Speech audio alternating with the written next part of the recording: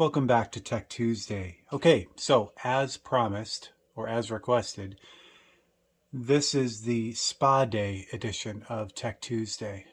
The three main brushes that I use kind of been put through the ringer over the past few weeks, and they need to be kind of broken down and cleaned out for real.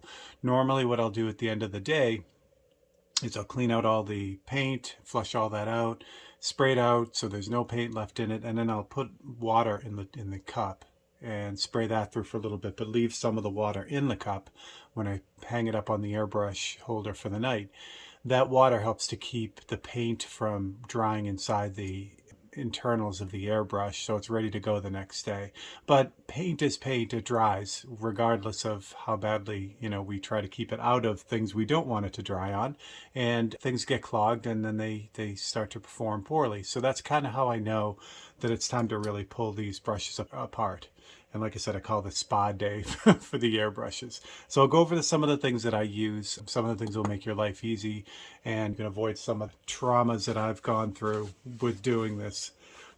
The very first thing is a clean workstation. To have a clean space to do this with plenty of light. There are a lot of small parts on here and they can get lost very easily. And with a good airbrush, a lot of the parts are really expensive. So you don't want to run the risk of having things bouncing off into nowhere. And trust me, I know this because it's happened many times. So a clean workspace. I like to work on a towel too. This is just a detailing cloth. It's really soft. It's absorbent in case water gets on it. And the towel will stop things from bouncing around.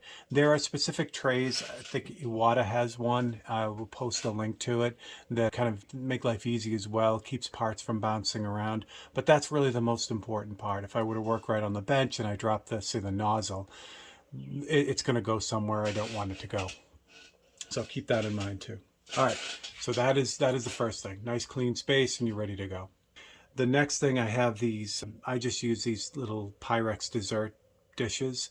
I like them because they're clear. So when I have all the airbrush parts in them, I can look underneath it to see them. So I can really get a good view of where they are. So again, just keeps them from getting lost. These work really well too. And I also use these little graduated plastic medicine cups as well, and I'll explain that in a minute. Then you need something to actually clean the brush or airbrush out with. So a good set of cleaning brushes is really, really handy. There are a million of these out on the market. So there's a never-ending kind of choice for these things. They come in all different sizes. The more you have, the better. You kind of see the little crash kit I have off to the side here. This is just things I've accumulated over the years, and every time I find a new set of brushes, I grab them just because you can never have too many. There's always one brush that just quite doesn't do the job, and by having a bunch of them, you're all set. So Crystal Clean makes a great set. Iwata, if you want to do like a kind of a one-stop shopping, Iwata has a complete maintenance kit that they offer. I'll put a link to this as well. This has pretty much everything you'll need. So that's nice. And it comes with this little case too. All I can say is I can't get enough of them. So, I would love to say there's one set and that would do it. But I find that every time I turn around, there's some new brush that's pretty cool. And I'm like, that would be helpful. So fortunately, they're not overly expensive either. Okay, so brushes, the tools. Again, this Iwata kit has a lot of really specific airbrush tools which make life nice. One of the really cool things are these nylon jawed pliers.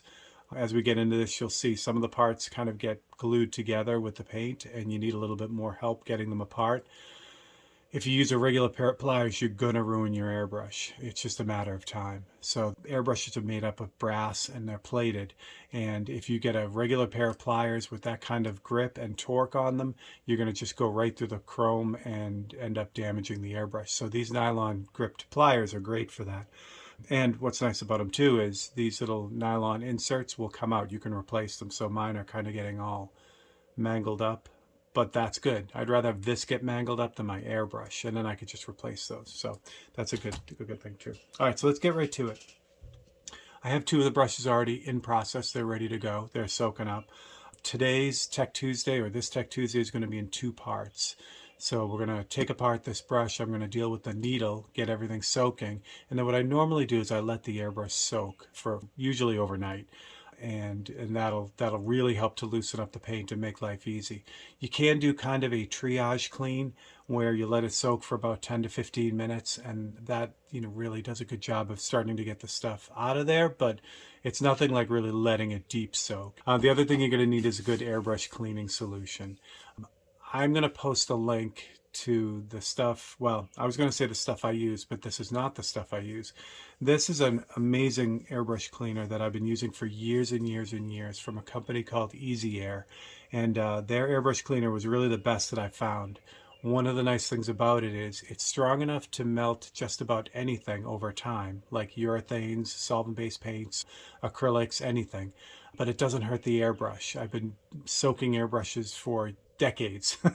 And while you'll get some people who will say it's not a good idea to soak airbrushes, that is true if you're using a chemical that's really going to eat away the O-rings, the rubber O-rings in your airbrush.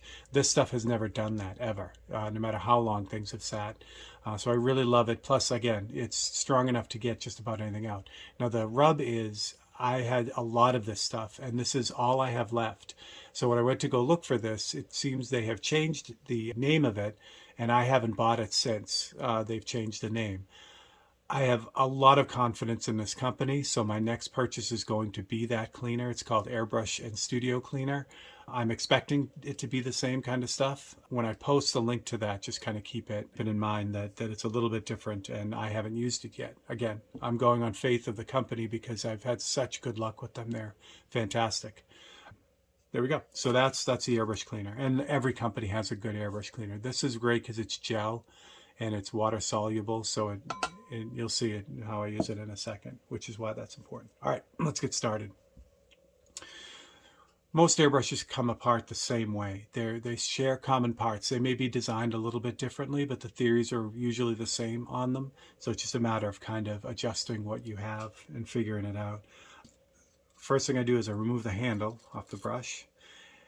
Now this is where the medicine cup comes in. So I'll have a bowl for the airbrush that I'm cleaning, and I'll have a little medicine cup for the parts that I'm not going to clean. That way it keeps all the parts separate. So if I'm cleaning multiple brushes, I'm not running the risk of mixing up parts. Normally that wouldn't be a big deal. These two airbrushes don't share parts, so I couldn't put the parts in one or the other. But these two brushes share a lot of parts, and I just prefer to keep them separate. Some of them it wouldn't matter, like needle chucks, like this little guy right here, which I just took off. This is what holds the needle in place as it moves back and forth. These two parts are exactly the same parts between brushes. If I swapped them, you'd never know. But I just like to know that this brush is exactly how I got it. It's kind of an OCD thing. Plus, this brush has sentimental value to me, as does that one too. So I like to know that all those parts are the same. Anyway, so the needle chuck rarely gets any paint on it. So that's still clean. So I don't have to clean that. So I'll drop that in a medicine cup. Most of the other parts in this brush do need to be soaked. So actually, let's get the solution prepped first. So I take the airbrush cleaner, and again, this is kind of almost like dish soap consistency, the way this comes in. So it's nice because it's concentrated. You can, if you have a brush that's really nasty, and I am now out, so I will be ordering that stuff with you guys, see how it works. So you can mix it at any strength. This is not Gatorade, it's hot water, although I'm sure electrolytes are probably not bad for your airbrush. Keep it hydrated and everything. So this is just hot water, and it almost immediately kind of mixes in, but I usually give it a little mix to make sure. Now this is ready to go. So the next thing is the needle adjuster, and this guy comes right out. This is what basically holds the spring in to the airbrush, so that just unscrews. Now this will sometimes get paint in it. This one, mine does not, but I'm going to clean it anyway. The same thing with the spring. The spring shouldn't have paint on it. If it does, you got paint down inside the brush, down in here, or you have something wrong with the seal. So I'm going to clean it anyway because it's just prudent.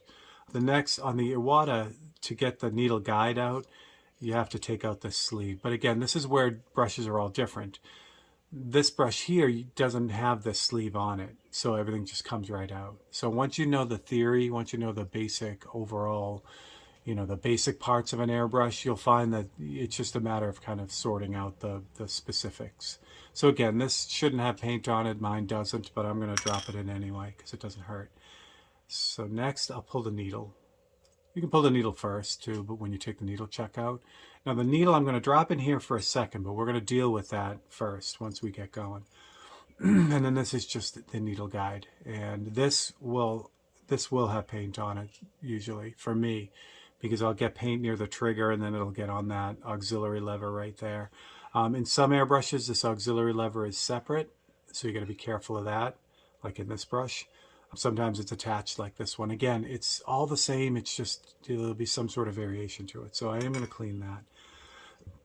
Now the trigger usually has paint on it, and mine does down at the bottom. So normally I would drop that right in, but if you notice I have a piece of sandpaper attached to the top of that. I don't want to replace that, so I'm going to clean this separately. So I'll drop that in there. But normally, like this brush doesn't have the sandpaper on, I just threw it in because it's ready to go. The next thing is the air valve. So the air valve should not have paint in it. If it does, you got a lot of, you're either really messy or something's wrong with your brush. So this shouldn't have any paint at all in it.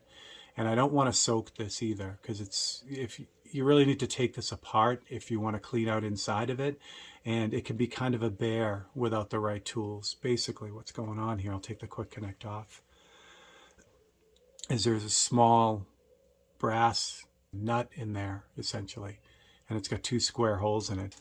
There's a special tool to remove it. You can remove it with a pair of really sharp tweezers, but this is nice because it literally just kind of connects in there and you just unscrew it. There's a spring in there. There's a pin valve in there too. It's just, if you don't get paint in there, it's not worth taking apart basically. But if your air valve is sticky, like if it's not coming back up, that's a good indication that there is something stuck in there or paint has gotten down in there. So it is a good idea to take it apart and clean it. I know this one's okay, so I'm not going to clean it. So that goes in there. Same thing with the quick connect. There's no real reason to clean a quick connect unless you're super OCD. Next is the nozzle. Now with the Micron, this whole section from this knurling up is all hand matched at the factory. Try not to take this apart if you can, but sometimes if you've owned a brush, like I've had this for over a year, sooner or later something's going to happen and you're going to need to take that apart. But with most airbrushes, actually let me do it this way. Okay, what I'm going to really do is, let me zoom in here. There we go, it's probably better. Okay, so first is the nozzle cap, and this is the little guy that just adjusts, or it directs the air on the very tip of the nozzle. So that is always going to have paint in it. So we'll drop that in for sure. Next is a nozzle. So there's the little nozzle. Now this you need a special tool to remove. Your airbrush should have come with something that looks like this, which is a spanner wrench, just a little wrench that will allow you to take the nozzle off. So it just fits right on the flat parts of the nozzle like that. This is a much nicer version of that, more secure. And again, this comes in the little Iwata kit.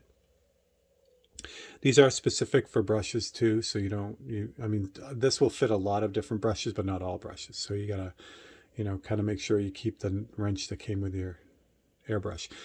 So this is the reason to have that towel right now. So if I were to drop this, and I will do this even though this is not the one to show you, but if I drop this, it just kind of sits there and I can see it and it doesn't bounce and I know where it is.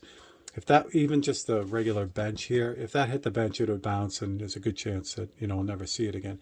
And that little guy right there is $50. You don't want to lose that. So that goes right in the pot. And that also is the reason why I use these clear bowls. Now, when I'm done cleaning, I can lift this up and look for that little nozzle. I don't have to fish around for it, so I can see it from the top and the bottom. So these clear glass bowls are great. All right, so that's that. So now I can remove the head of the airbrush. Sometimes this part comes off, sometimes it doesn't. But in this brush it does, so I'm going to soak that as well. And all we're left with is the body. So this brush needs a little bit more help. So that's the O-ring seal for the airbrush. There's an O-ring right in front of it, and I'll show you that in a second. The microns are nice because you can see them. In this brush here, you have to really kind of go on faith because it's a solid body, so you'd have to reach down in there and kind of mess with it. But the Iwata one, on the Micron, you can see it. Now again, don't mean to keep pitching the Iwata kit, but it literally has every tool for your brush. So this is a special screwdriver that will allow you to remove that. So this wrench will just go down, or the screwdriver will go down in, make contact with the threads, and then you just gently unscrew the piece like this. And with the Iwata, again, it has this neat hole in it, so the part just falls right out. So there's a little O-ring right there. This piece on this brush has gotten a lot of paint on it just from removing the needle and that kind of thing. So I'm going to soak this part here. But you don't really have to take that out for the most part. It's just really easy to do with the Micron.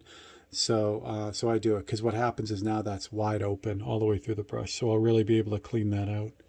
And that's it. That's all you need to do. So this part goes right in the solution and you're ready to go. All right. So let's go on to the next part and then we'll be able to break until the next episode. All right. The needle. Okay. So the needle will usually need some help. If you're lucky, I think I am. The needle's not bent at all. So really all you need to do, this is just a matter of soaking it and then just kind of wiping it off, making sure you always go with the direction of the needle. You don't want to impale yourself. That's not a good feel. So you just want to make sure that all the paint is off. This does have a little bit of a flat side, so it has a little bit of a bend in the end. So I'm gonna fix that right now. There are different ways to do this. I'll just kind of show you the way that I do it. So you need some sandpaper. I use wet and dry sandpaper. This is automotive 600 grit. You need various sandpapers. So you shouldn't need anything heavier than 600. If you have anything worse than 600, that's a pretty banged up needle. And then higher grits. Like here's 1,000. It's 1,200. I'm sorry, 2,000. I'm holding 1,200 in my other hand. That's 1,200. So various grits, and then you need a piece of suede. This is just I got this. You can get this at a craft store.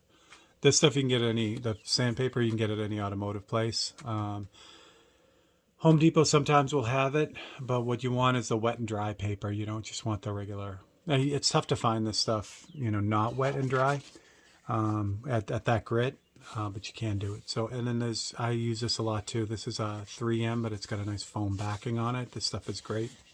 So that's 800. All right. And what you're going to need is a little bit of non-silicone metal polish. And I have a little block of wood. And I'll show you what that's all about in a second. All right, so let's get to it. So again, this needle here, it's not really bent. It's just got a little flat spot on it. I can see it, and it's really hard to see from where you guys are. But if I turn this, it'll have a little shiny spot as I turn it at the very end of it. So that's either a flat spot or something happened there. Sometimes they get bent, but in any event, it helps me to kind of straighten them out. So what I use to do that is this is actually the wrench from a Grex airbrush, the nozzle wrench from a Grex. And you can see how different it is from the Iwata one. And obviously the sizes are different and all that. And then I also have one of these paint keys, which is kind of, just the thing you use to open a can of paint. You can buy them at the hardware store. And if you buy paint, they'll usually give you one. All right. So what I do to straighten out the needle is I have a piece of metal that's wide enough, I guess. You put this down onto the piece of metal and you hold it by the tip and you can see the angle that it's supposed to be at right there. So that's making contact for the end of the needle. Let me get you a little closer. Okay. So that's the angle of the needle. So that's really important that you have that like that. And then what I do is I just take the key, it has a neat little hook in it so I can put my index finger right there. And then I just gently kind of run it down the needle. Do it a few times and then twist it about 25%. So twist it a quarter of the way and then do it again. And then do it again. Keeping that angle.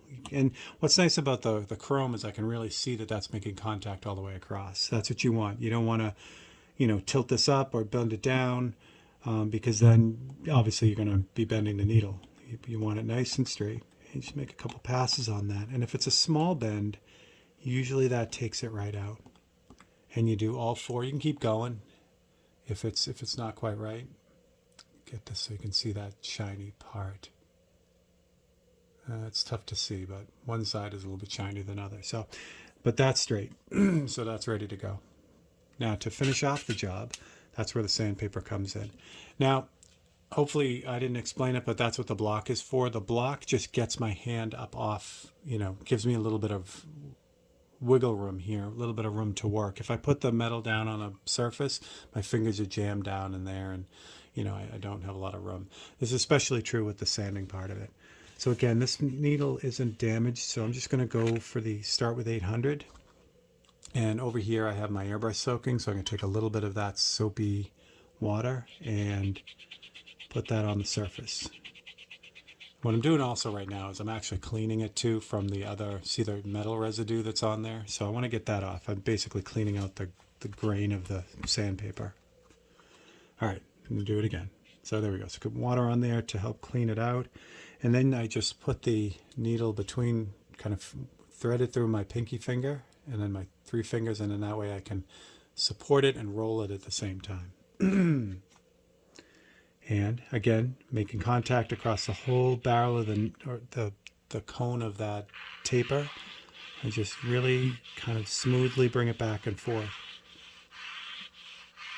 It will obviously sand in both directions, but I tend to do the sanding mostly in the away direction.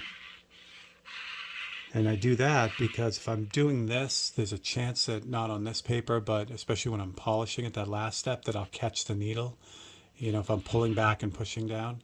So I don't want to do that. So I try to just really do the sanding and polishing away from. Keeping it all nice and even. And what's nice is, I don't know if you can see it. I'll move it over to a drier spot so you can see it. But as I roll this across, you can tell that I'm making contact in the right spot. Like that pass didn't have the tip. So you can see that. So you can see that you're making contact across the whole cone of the needle with the water on there, soapy water. Plus the soapy water helps to keep the sandpaper clean. It won't be clogging up all the time. Just kind of keep it going. It doesn't take much. Like, you don't have to dig in. You don't have to push really hard or anything. It's just kind of letting the sandpaper do the job. Again, it's more important that you keep that angle consistent. If you change the geometry of that needle, it'll change the way that it works. And I'm not saying it's going to be better or worse, but it can be better or worse. A longer taper on your needle will give you better detail. It'll have a sharper point, but you'll also get a lot more tip dry. Generally, you have to do a lot to have a knot seat in the nozzle. You'd have to really alter it, but it's more on how it performs. Again, for the most part, keep it pretty much the same, you're going to be in good shape. All right, so I think we're good there. Just clean that off and take a look. Another really good thing to have, which I have here, is a jeweler's loop. This is a great thing to have. They're inexpensive. I mean, I would say this is a really cheap one, and it's not that great, but it does the job. But a good one will really help you see that needle. So it's a good thing to have. And like I said, they're relatively inexpensive. Magnifier will also work well. All right, so I think that's good. Again, I wasn't in bad shape with that anyway, so I'm not overly worried about it. And then you go right through the list. So I'm going to jump to, again, this isn't bad, so I'm going to jump right to 1200 from here. Same deal with this. So wet the paper, clean it off a little bit if you've used it before. Obviously I didn't mention it, but a roll of paper towels is a great thing to have. Okay, so that's clean now. Put a little bit more soapy water on that and rinse and repeat. So what I'm going to do is I'm going to speed this up a little bit, and what you're going to see is I'm going to switch to the 2000 next, and that way you won't have to hang through the whole process. You can kind of watch it in time lapse. So I will be back to regular time in a minute.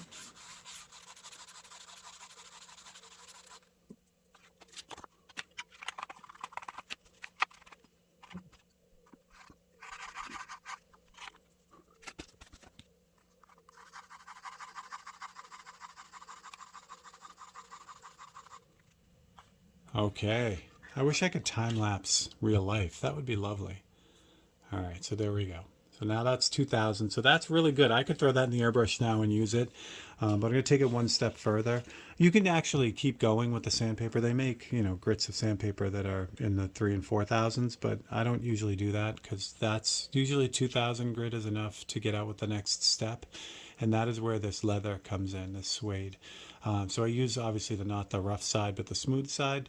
And you take a little bit of your metal polish. I'll grab it with the end of the needle. This is almost dried out. I got to get new. I have a whole tub of this and I just transferred in this little jar, so it's a little bit easier to manage. And again, you don't want anything with any kind of sealant on it like silicone.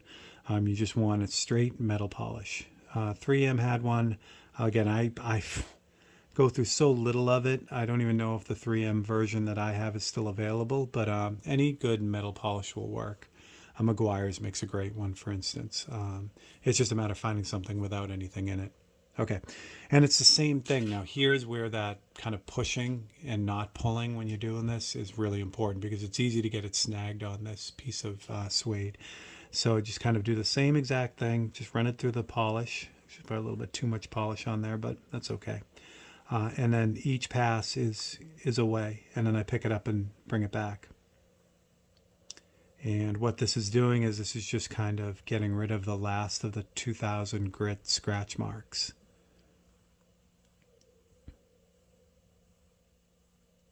I like the suede because it has some give to it. It's like that 800 paper from 3M. So as I kind of put a little bit of pressure on this, I know it's making contact across the entire taper of the needle. And you can see it's turning black because that's actually metal being removed. And you do this until it's mirror-like and you are ready to go. So the whole process, basically less is more, or not basically, but specifically less is more. You really don't want to change the angle of that needle. So if it's really bent, you really have to work hard to get it as straight as you can before you start sanding. Because if you do, if it's all gnarly and still like wobbly and you start sanding it, you're going to make the needle a lot different in shape than it was when it started. So you really want to take a lot of time in that first step to make sure you get all the bends and creases out of the needle. And then you want to favor the higher grit sandpapers. Again, if you have to start with 400 grit sandpaper on your needles, you need to go back to the first step and make sure that's straight. You don't want to be grinding off all kinds of material. It's just, like I said, it just makes the airbrush work differently than when you got it. And you didn't buy the airbrush to work differently than you got it. All right, so now this needle is ready to go. It's all mirror shiny and paint won't stick to that, and it's ready to rock. So that's it. So what I'm going to do is I'm going to let the airbrushes soak, and we'll come back next week and we'll clean out all the rest of the parts, reassemble them, make sure they're working, and we'll be ready to go. All right, so there is your Tech Tuesday. I know it was a little bit longer, but I hope you enjoyed it. Spa Day Part 1. And if you enjoyed it, please like and subscribe, and tell all your friends. That would be most wonderful. That helps the channel grow. And as always, I am Steve Leahy, and this is Tech Tuesday. You guys are the best, and I will catch you guys next time. Thanks a lot.